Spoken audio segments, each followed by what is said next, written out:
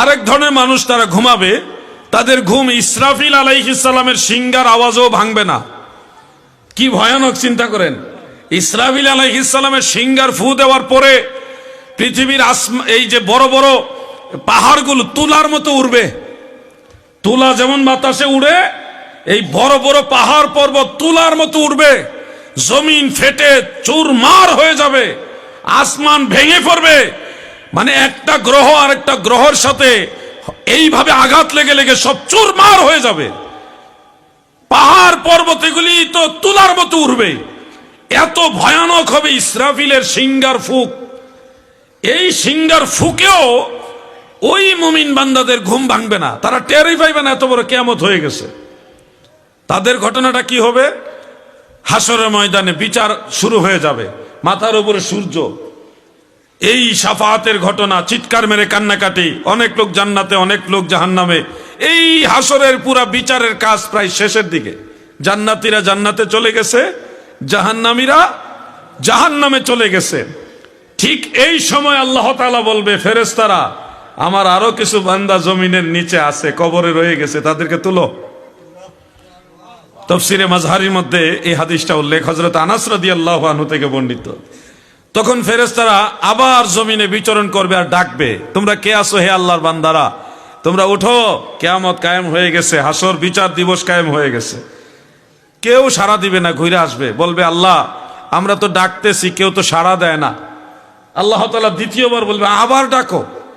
ফেরেশতারা গোটা জমিনে ঘুরবে, বিচরণ করবে আর ডাকবে, তোমরা কারা এখনো কবরে রয়ে গেছো, উঠো, কিয়ামত হয়ে গেছে, বিচার দিবস কায়েম হয়ে গেছে, উঠো। কেউ ডাকে সাড়া দিবে না।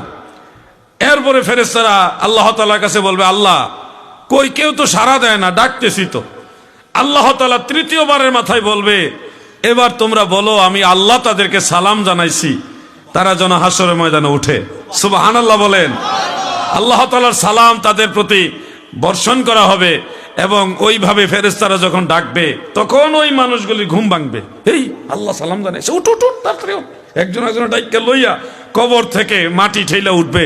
কিয়ামত হয়ে গেছে কখন, কখন বিচার দিবস কায়েম হলো। মানে জান্নাতীরা জান্নাতে চলেও গেছে, জাহান্নামীরা জাহান্নামেও চলে গেছে।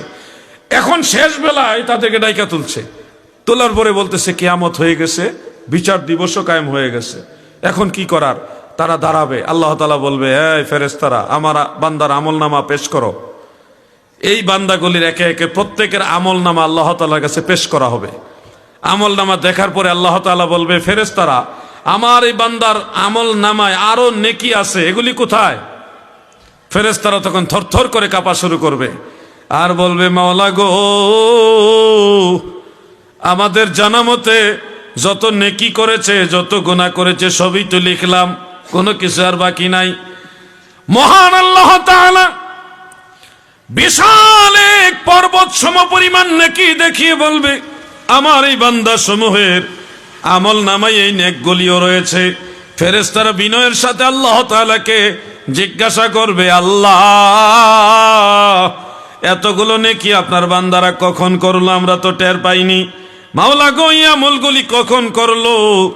মহান আল্লাহ তাআলা তখন ব্যাখ্যা দিয়ে বলবে, আমার এই বান্দারা হলো তরিকতপন্থী বান্দা, যারা জিকিরে খফি করে, যারা গোপনে আল্লাহর জিকির করে, যে জিকির আওয়াজ করা লাগে না।